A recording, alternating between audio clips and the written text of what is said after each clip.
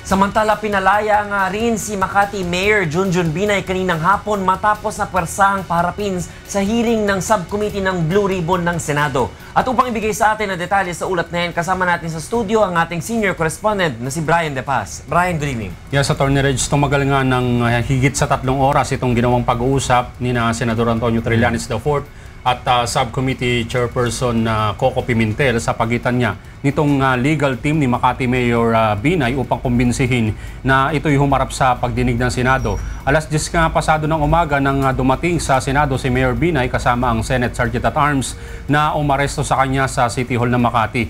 Ngunit di siya umakyat upang humarap sa investigasyon kaugnay ng anomalya sa Makati City Hall Parking 2 building. Sa halip, dumiretso na itong si Mayor Binay sa inihandang detention facility ng Senado. Ayon nga, Attorney Reg, sa kampo ni Binay, may jurisdictional challenge sila sa subcommittee at nasa ombudsman na yung kaso. Dito na nga nagkaroon ng pagpupulong yung kanyang legal team at counsel ni Mayor Binay at pinangungunahan nito ni dating Senador Rene Sagisag at dating Blue Ribbon Chairman Joker Arroyo na halos sumabot niya ng higit sa 3 oras. Kabilang din dito sa pulong yung mga miyembro nga ng United Nationalist Alliance. Kabilang dito sina Cavite Governor John Vic Remulla, ang tagapagsalita ni VP Binay, Congressman Toby Chanco at Attorney J.B. Bautista, Office of the Vice President Yusek Benjamin Martinez, OVP Media Affairs Head Joey Salgado, Attorney Jay Layug, ang Chief of Staff ni Senador Nancy Binay at Attorney Claro Certeza, ang abogado naman ni Mayor Binay. Bago mag-alas 2 ng hapon ay ipinagpatuloy ang pagdinig at inatasan ng komite si Mayor Binay na humarap sa sesyon.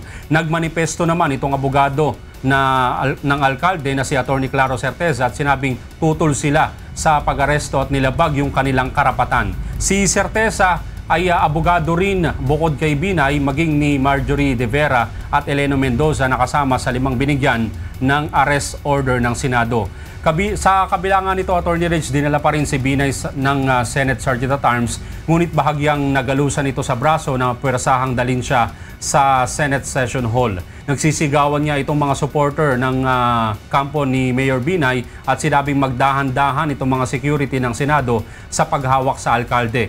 Maging sa loob ng plenaryo ay may nagsisigawan rin sa loob. I would like to reiterate upon the advice of my lawyers. I was advised not to attend the hearing.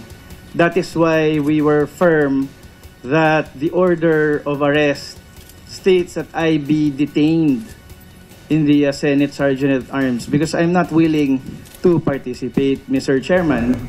At ito naman yung sagot ni Senador Coco Pimentel maging doon sa 2 iba pa. His manifestation is noted. And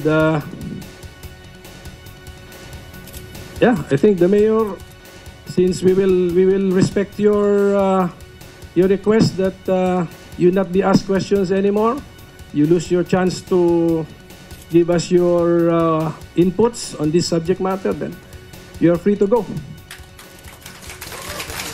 Thank you, Mr. Chairman. At the same time, Attorney Mendoza and Ms. De Vera, you're also free to go.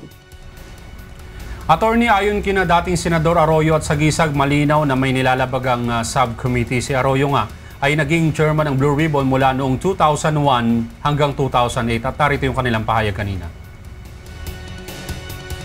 Those resource persons can ask advanced questions.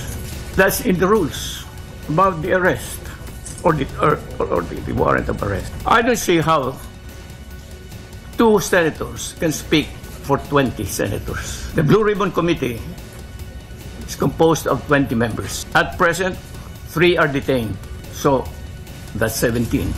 Among the 17, how many participate? Only 3.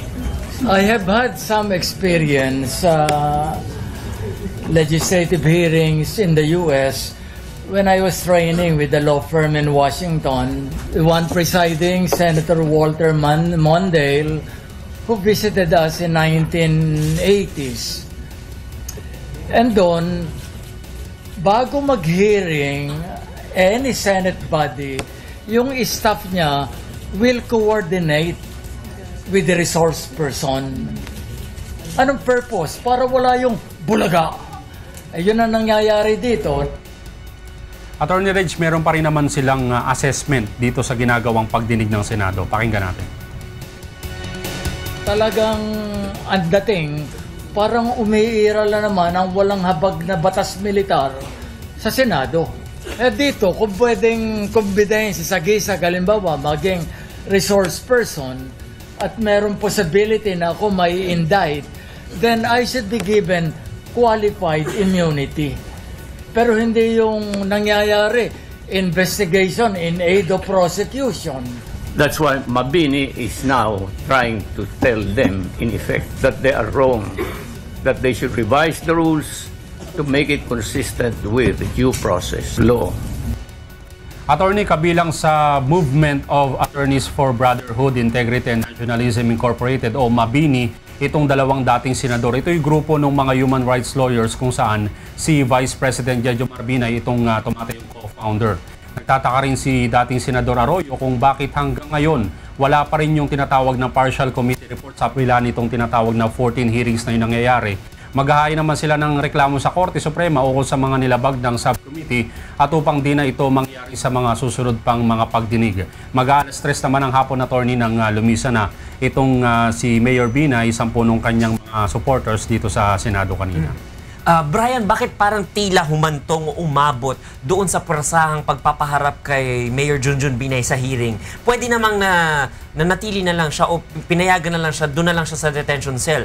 Kasi ang order of arrest lamang ay yun lang naman, to compel him to appear before the Senate Subcommittee of the Blue Ribbon. Pero hindi yun pagpipilit talaga na talagang doon siya mag-testify, no? So bakit parang umabot sa ganun? Nagkaroon kasi ng pagkakataon, Attorney Reg, na hindi maitutuloy yung pagdinig kung wala yung presensya ni Makati Mayor Binay at nung dalawa. Dahil doon sa kanilang agenda mismo, yung pinaka-purpose nung pag-order of arrest ay upang humarap na itong alkalde ng Makati. At nung nandun na nga siya sa baba, kinausap pa siya ng mga senador at kinukumbinsi ng kanyang mga abogado para at least humarap na kung hindi man puwersahin. Kaya lang, nung nagkaroon na ng move itong komite na paharapin na si Mayor Binay, tinututulan naman ng kanyang abogado. Pero sa kabila ng pagtutol, noted lang sa kanila yon, pero yung kanilang order humarap para masunod yung dahilan kung bakit pinapunta si Mayor Binay dito sa Senado. Kasi kahapon, nung nagkaroon kami na interview sa kanila, sinabi nila na once na siya na-aresto dahil dito sa Senado, ay i-detain siya. Pero ipapatawag pa rin siya ng komite para humarap dito sa Senate. Dito sa hearing ngayong araw na to, sino-sino ba yung mga senador na nagpasok ng kanilang attendance dun sa subcommittee? Lumalabas dito sa pagdinig, attorney, ay present lang itong si Senador Antonio Trillanes IV at Senador Coco Pimentel. So parang medyo may basehan yung sinasabi nila dating Senador Joco Arroyo at Rene Sagisag na bakit nagko-conduct ng business na merong mas mababa sa tatlo, no?